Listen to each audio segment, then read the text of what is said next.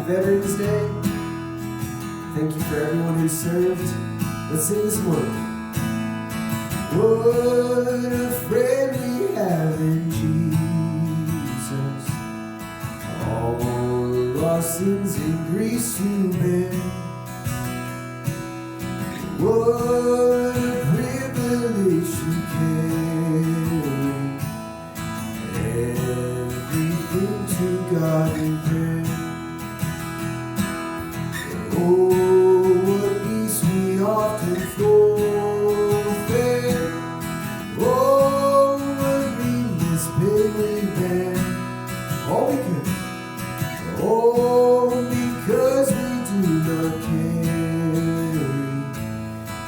everything to God in prayer.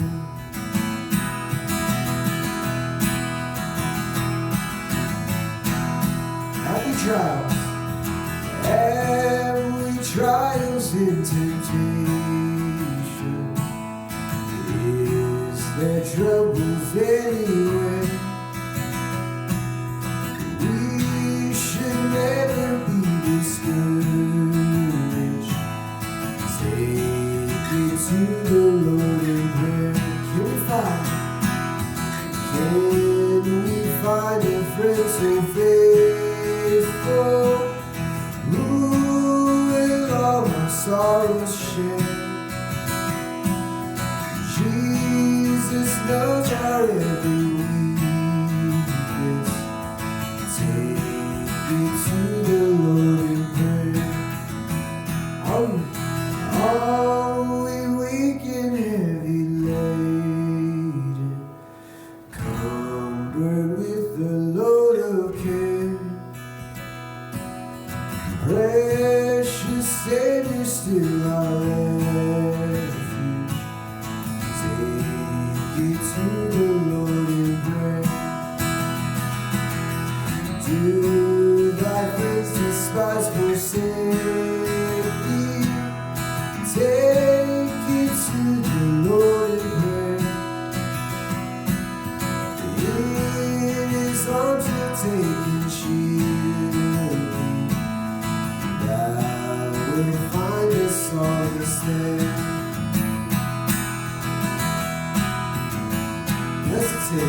Blessed Savior, thou hast promised. Thou with all our burdens bear. May we ever, Lord, be bringing all to thee in earnest prayer. Soon the glory blind and counted. There will be no need for prayer. Rapture, praise, and endless worship will be our sweet portion there. Rapture, praise, and endless worship will be our sweet portion there. Let's worship together in the name of the Father, and of the Son, and of the Holy Spirit. Amen. Let's pray. Heavenly Father, Lord Jesus, Holy Spirit, you have made yourself known through the Word. The Word became flesh and dwelt among us, Lord, and words are powerful. And Lord, you know us, you listen to us daily, hourly, and Lord, you know our words so many times betray, so many times they reveal our lack of faith and hope and trust in you. Lord God, we are what we speak. And so, Lord, we pray that you would speak your words over us, your words of forgiveness, your words of renewal, and your words of resending. So we take some time here just in the quiet of our hearts, confessing our sin to you and asking for your forgiveness.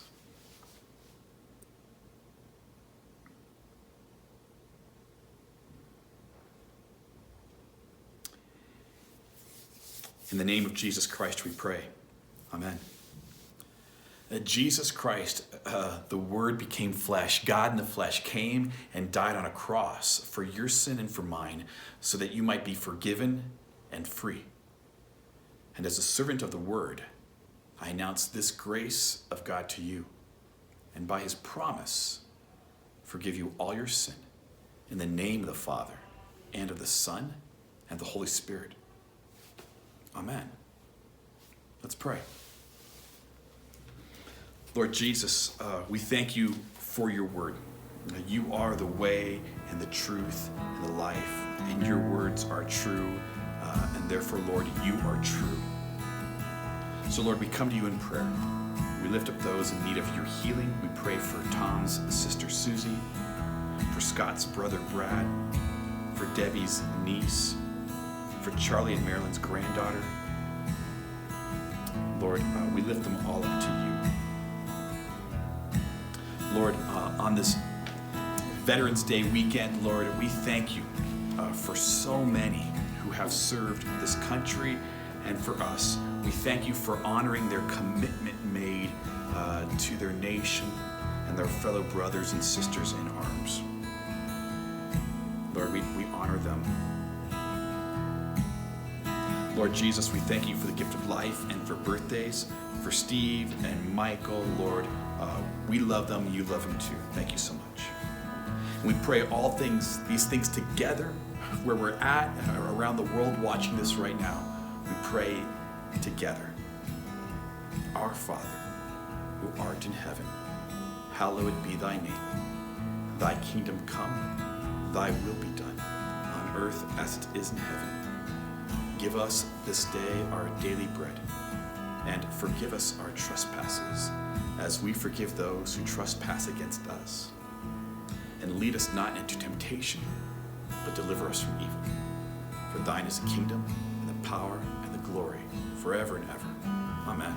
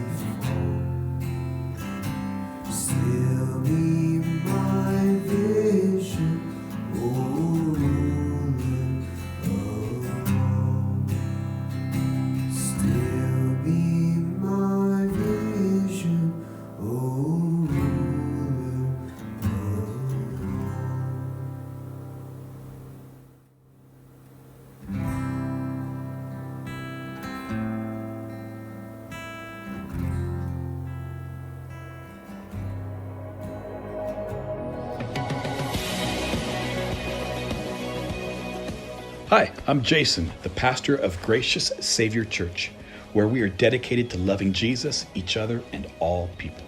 Here are some ways we can accomplish the mission together. Hey, I'm Matt.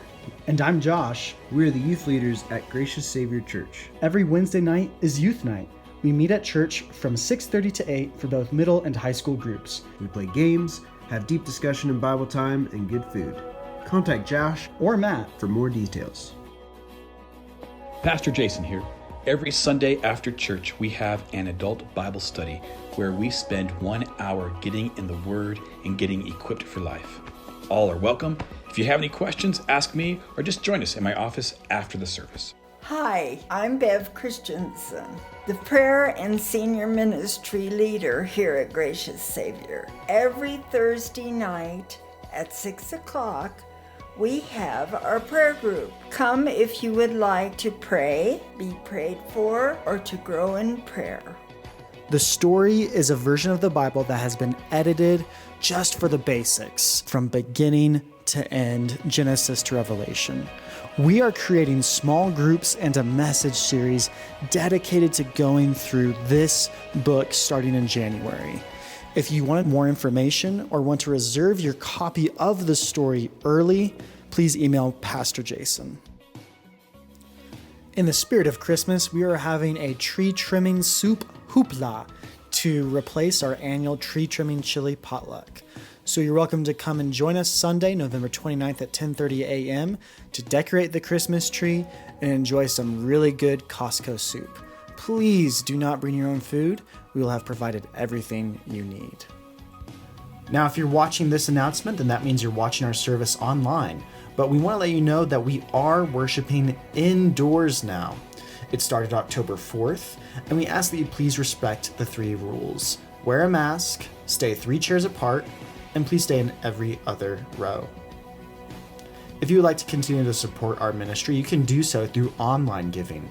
We have 2 options for online contactless giving: Venmo and our website. Offering is not an obligation, but it is an excellent way for you to partner with God's mission to this valley. So thank you for your financial giving. It truly helps us love Jesus, each other, and all people.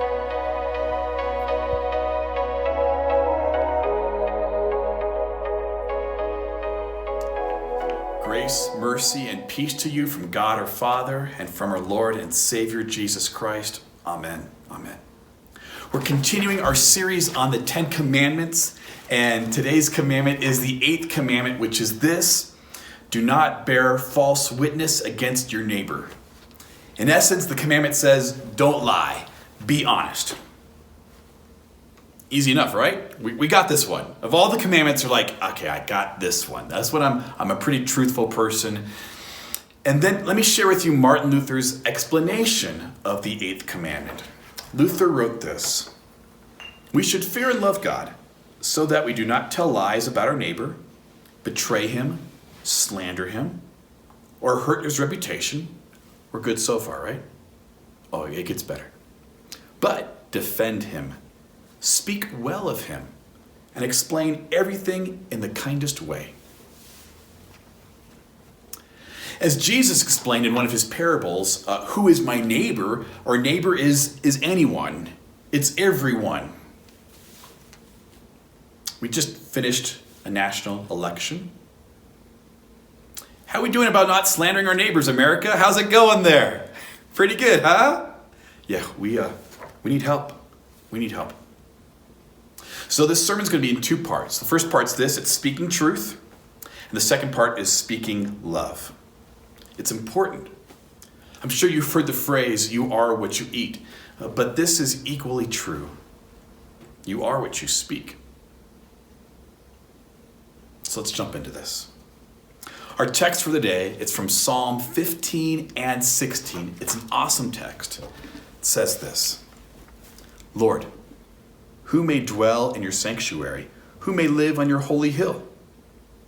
He whose walk is blameless and who does what is righteous, who speaks the truth from his heart and has no slander on his tongue, who does his neighbor no wrong and casts no slur on his fellow man, who despises a vile man, but honors those who fear the Lord, who keeps his oath even when it hurts, who lends his money without usury and does not accept a bribe against the innocent. He who does these things will never be shaken. Keep me safe, O God, for in you I take refuge. I said to the Lord, you are my Lord. Apart from you, I have no good thing. As for the saints who are in the land, they are the righteous ones. They are the glorious ones, in whom is all my delight. The sorrows of those will increase who run after other gods. I will not pour out their libations of blood or take up their names on my lips. Lord, you have assigned me my portion and my cup, and you have made my lot secure. The boundary lines have fallen for me in pleasant places. Surely I have a delightful inheritance. I will praise the Lord who counsels me. Even at night, my heart instructs me. I have set the Lord always before me because he is at my right hand. I will not be shaken.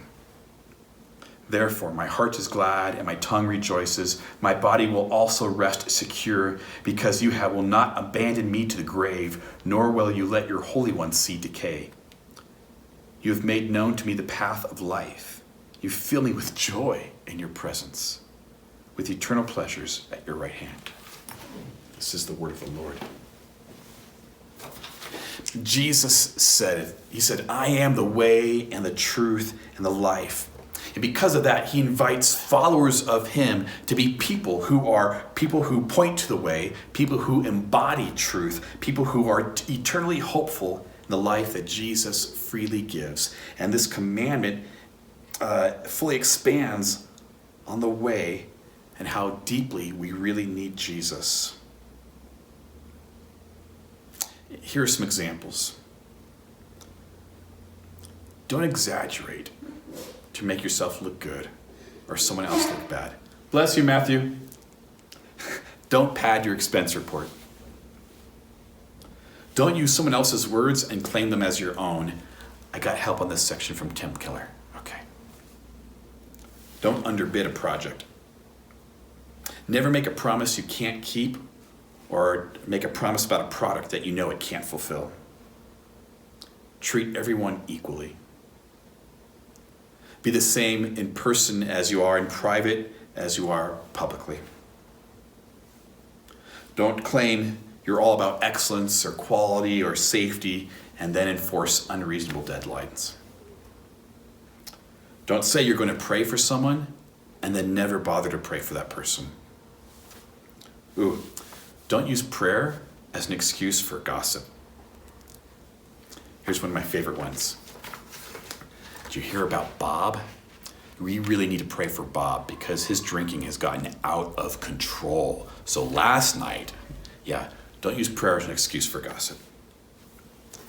When you post something on social media, make sure it's actually true. There's no such thing as a small lapse in integrity. Integrity is critical for everyone, and it's especially critical for followers of Jesus. Did you see this last election? There are a lot of people who have put their hope, not just their political beliefs about what is best for this nation, but have put their hope, their joy, and their purpose in someone or something other than Jesus. It's everywhere. And I truly believe that many people who have rejected Christianity have not actually rejected Jesus. But what they've done is they've rejected a certain person who they knew was a follower of Jesus, who lacked integrity, and therefore they've decided that all of Christianity must be false. Now, I know, and lots of you know, that Christians will never measure up to our perfect Lord and Savior, Jesus Christ. But we must be people of integrity. This world is dying. It's dying for followers of Jesus to be people of integrity. Because this is also true. The vast majority of the time, when I meet a new follower of Jesus, It's not because the person went and decided to explore all religions and all worldviews and came to the conclusion that Jesus Christ is Lord and Savior. That rarely happens.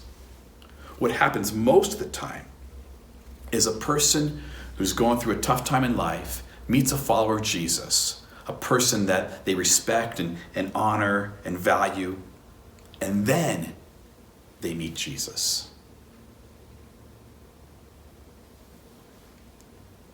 This world is dying without Jesus. And there are people all around you who have placed their hope and their trust and their joy and their purpose in life in someone or something other than Jesus. And that person, that other person, that other thing, it will eventually fail. This world's dying without Jesus. And it's critical for us as followers of Jesus to be people of integrity so that we can also follow up with a word of life.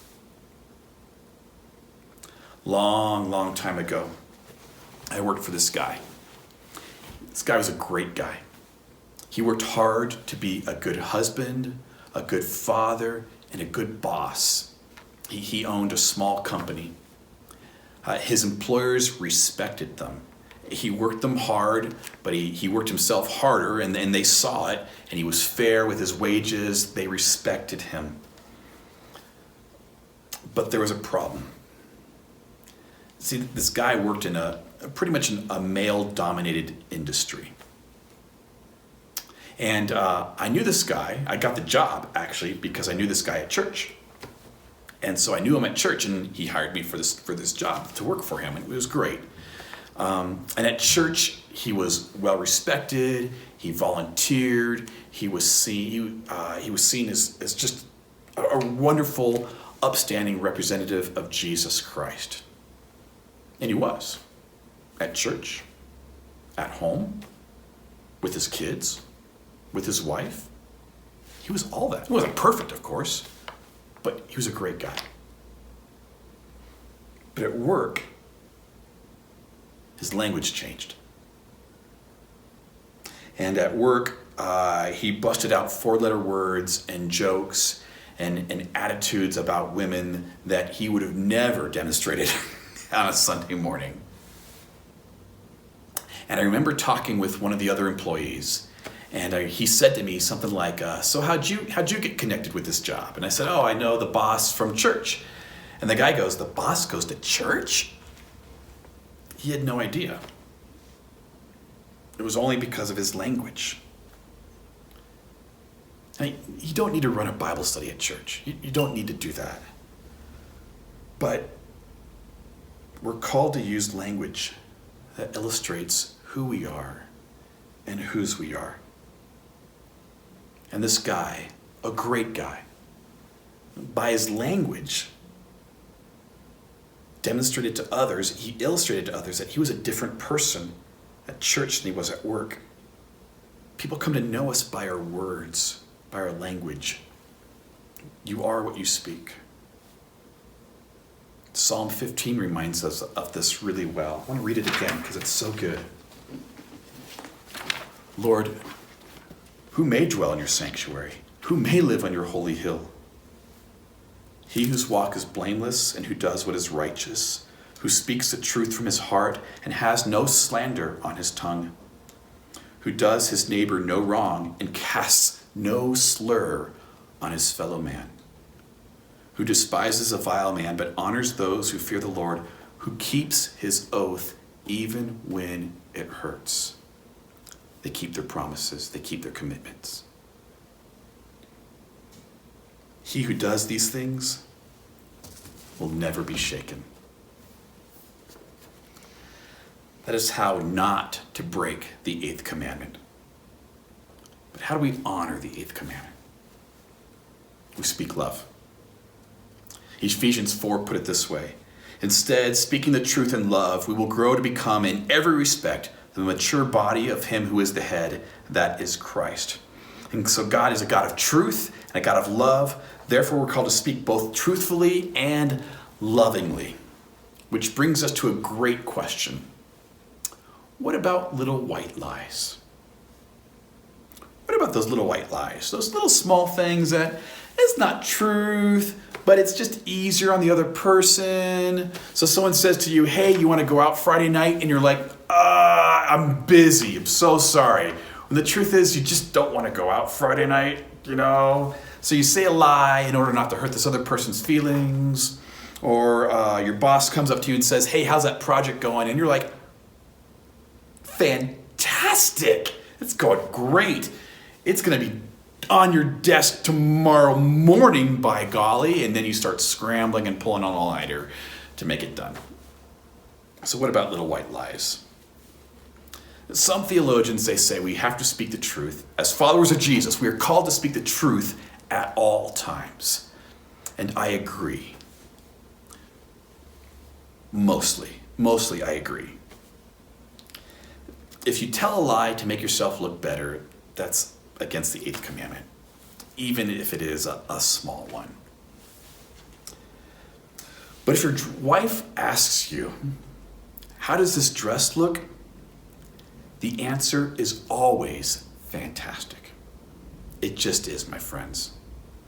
And the reason is, I'm not quick enough on my feet to say anything else.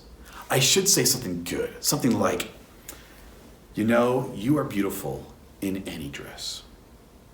See, that would be truthful and loving. That'd be a great answer. But I'm not fast enough on my feet. So that'd be a great answer. And I learned this with my kids.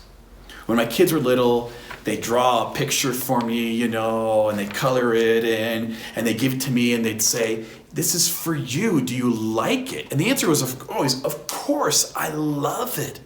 And then they'd say, well, what is it? And I'd say, that is the best looking spaceship I have ever seen. And they'd say, it's a dog, and I'm like, oh man, I blew it again. So I learned really quick to say, I love it, which was true. It looks like you've worked hard on this, which was also true. And then I'd say, tell me about it. Why don't you tell me about it? So it took me a while. What about arguments? What about arguments when you're right? How do you speak the truth in love? Or how do you put it, as Martin Luther said, put the best construction on everything? So when you argue with someone, when you post something on social media, this is a big one these days, put the other person's argument in the best possible light. Because what happens 90% of the time, especially with memes, is that you'll throw something up which is a straw man.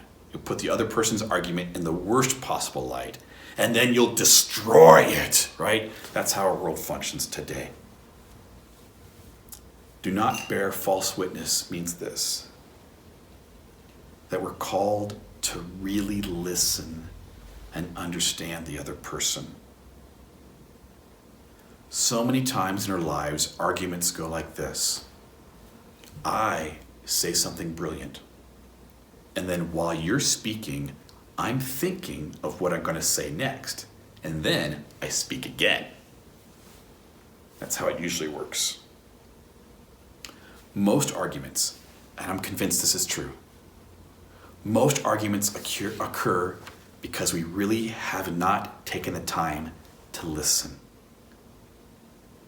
There's tension, we want to solve the issue quickly, we assume the other person is less competent or less knowledgeable than myself, and then we feel attacked, so we get defensive, words are said that they're harsher than they're meant to be, the tension and the heat of the conversation increases, and the problem doesn't get solved.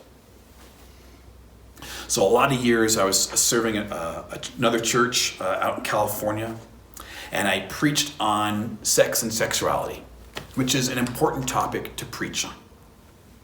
And I got a note from a family at church, and this was after I got lots of positive compliments. Comments saying, hey, thanks for saying that, needed to hear that, well done. I'm not saying this to build myself up, I'm just saying I used language that many people felt was appropriate. That's all I'm saying. But I got a note from a family at church that basically said, if you ever use such vulgar language in church again, we're leaving. So my first instinct was this: they're wrong. I did not use vulgar language. They are way too sensitive. How can they even function in this world with a TV and not hear the same words that I used in church? I'm a pastor, and I have a moral obligation to teach on important topics, especially the topic of sex and sexuality in a world today. I had a ton of great arguments in my favor. That was my first instinct. My second instinct was to slander them. So I went to my boss and I said, can you believe this? Look at their nerve. They said I did a horrible job, that I used inappropriate language. How out of touch are they? That was my second response. And my senior pastor said these great words to me. He said, I know this family. They're really nice. Maybe you should give them a call and meet with them. So I did, even though I didn't really need to, because, of course, I was right, so I don't really need to meet with them. But I met with them, and I learned a lot. I learned that there really are cultural differences, and they were from a different culture. I learned that they really loved their kids, and they wanted to teach their kids on this topic of sex and sexuality in their time and in their way.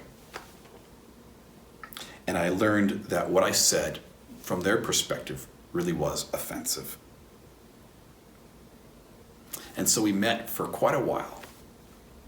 And because they were such a great family and an understanding family, and also acknowledged the need that this topic had to be taught on, that they agreed that if I spoke about sexuality again, I would let them know ahead of time. That was the solution. They never said I was right. They never said, I never said I was right. We just kind of came to understanding. Because here's how to do conflict resolution. You meet for the first time. And that first meeting leads to a second meeting. And that second meeting is going to lead to a third meeting. And that third meeting is going to lead to a fourth meeting. And that fourth meeting, guess what? Leads to a fifth meeting. It's not how we naturally operate. How we naturally operate is to say, I am right, and you are wrong, and you need to agree with me. But that's how coercion works. It's not how conflict resolution works. And after multiple meetings, you may not resolve the conflict. It's entirely possible it does not get resolved. But what does happen is you spend a lot of time listening. And you spend a lot of time trying to understand.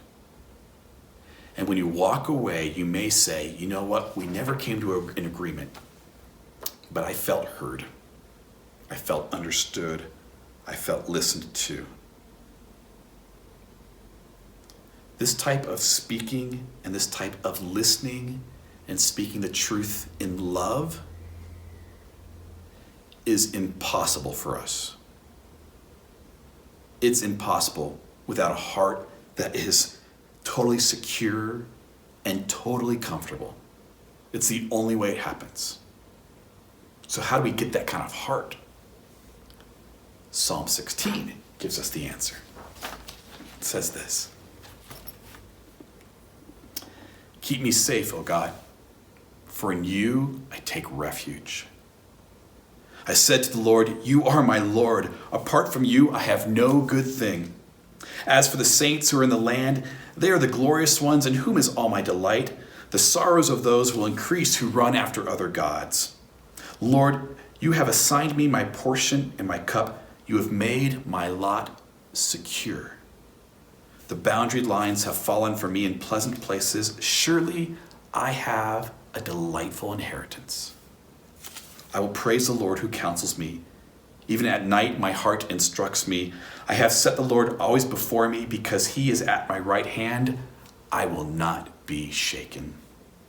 Therefore, my heart is glad and my tongue rejoices. My body will also rest secure, because you will not abandon me to the grave, nor will you let your Holy One see decay. You have made known to me the path of life. You will fill me with joy in your presence, with eternal pleasures at your right hand. The psalmist talks about a security that he has in the grace and the refuge that God has graciously given to him. It's a beautiful thing. How is it even possible to listen without judgment? How is it even possible to listen with the goal of understanding the other person? How is it even possible to speak the truth in love? It's only possible in this way, when you know beyond a shadow of a doubt that you are loved. When you know beyond a shadow of a doubt that you are secure. When you know beyond a shadow of a doubt that your inheritance is glorious because of Jesus Christ's death and resurrection for you. You don't have to prove your value. You don't have to prove you are right. You don't have to prove that the other person is wrong. You don't have to. Because your value and worth in life is not dependent on being right. It's dependent on being loved. And Jesus Christ died and rose for you. And he loves you. And you can be secure in that. Even when times are tense, even when conversations are uncomfortable, even when family members ridicule you because of who or who you did not vote for, it's okay. It's okay. Jesus Christ died and rose for you. And it's out of that position of security that you can engage others, that you can speak well of others, even people you don't agree with. They can put everything in the best possible construction, in the best possible light. And you can move forward. Forward in hope, forward in joy, forward in purpose, because of who God is and what your God has done for you. And it's out of that position of security that we become people of integrity, that we become people who speak words of truth, both lovingly, that we speak words of hope of one who has died and risen for us, that we speak words of life for a world that's dying without Jesus. You are what you speak.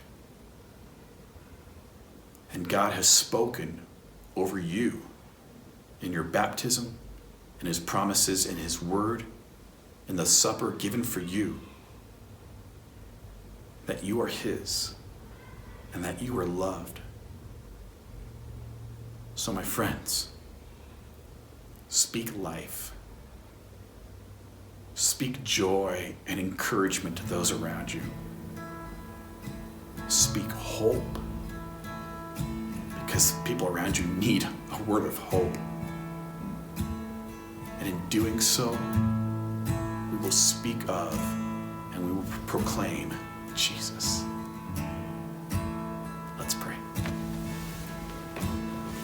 Lord God, you are the Word became flesh who dwelt among us. Because of your grace, Lord, because of your life, because of your forgiveness, because we have refuge in you, as the psalmist says. May we speak hope. May we speak joy. May we speak encouragement. May we speak life. May we speak of you. May we speak the truth in love. May we listen well, Lord. speak gently and truthfully. And Lord, through our witness, through our integrity, Lord, may people come to know you, the way and the truth and the life. This, Lord, is a big prayer. It's a bold prayer. It's a prayer this world needs, Lord. Thank you for keeping us safe and secure. We pray this in your name, Jesus. Amen. May the peace of God, which passes all understanding, may it guard your heart and your mind and your mouth in Christ Jesus our Lord for life everlasting. Amen.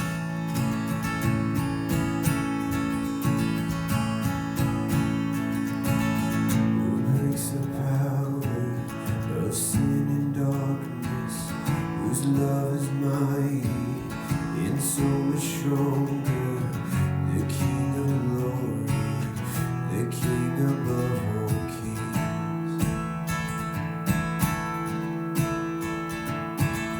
who shakes the whole earth with holy thunder, who leaves us breathless in awe and wonder, the King of glory, the King above all kings. So this is amazing grace. This is amazing grace. This is unfailing love, that you would take my place,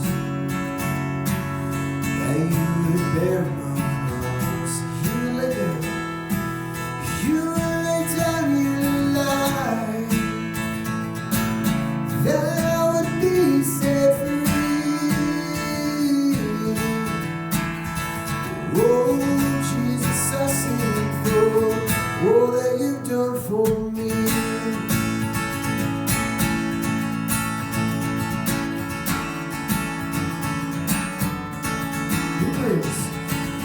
Who brings our chaos back into order?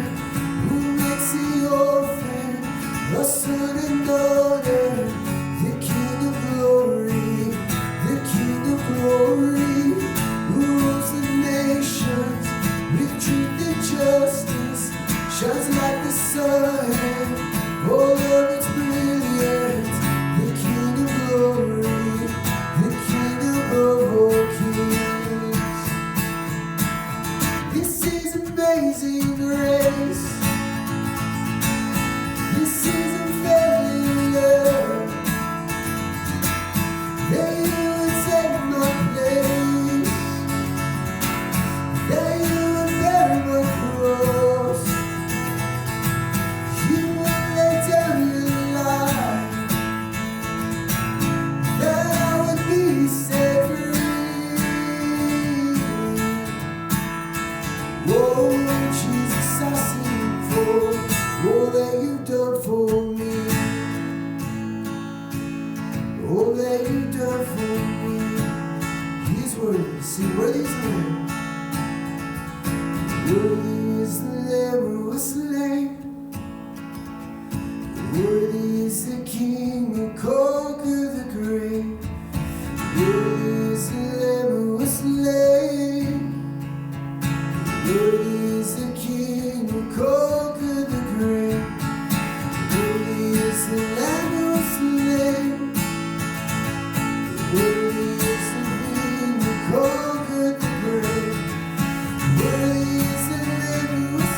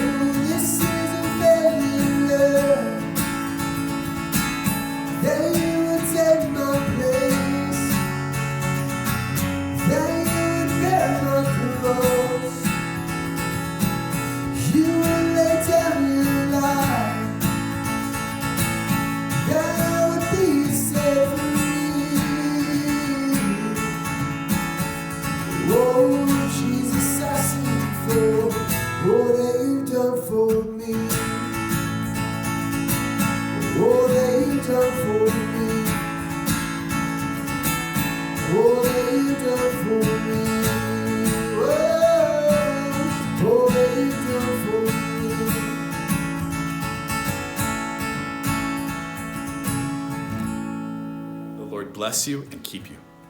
The Lord make his face shine upon you and be gracious to you. The Lord look upon you with favor and give you peace. Amen.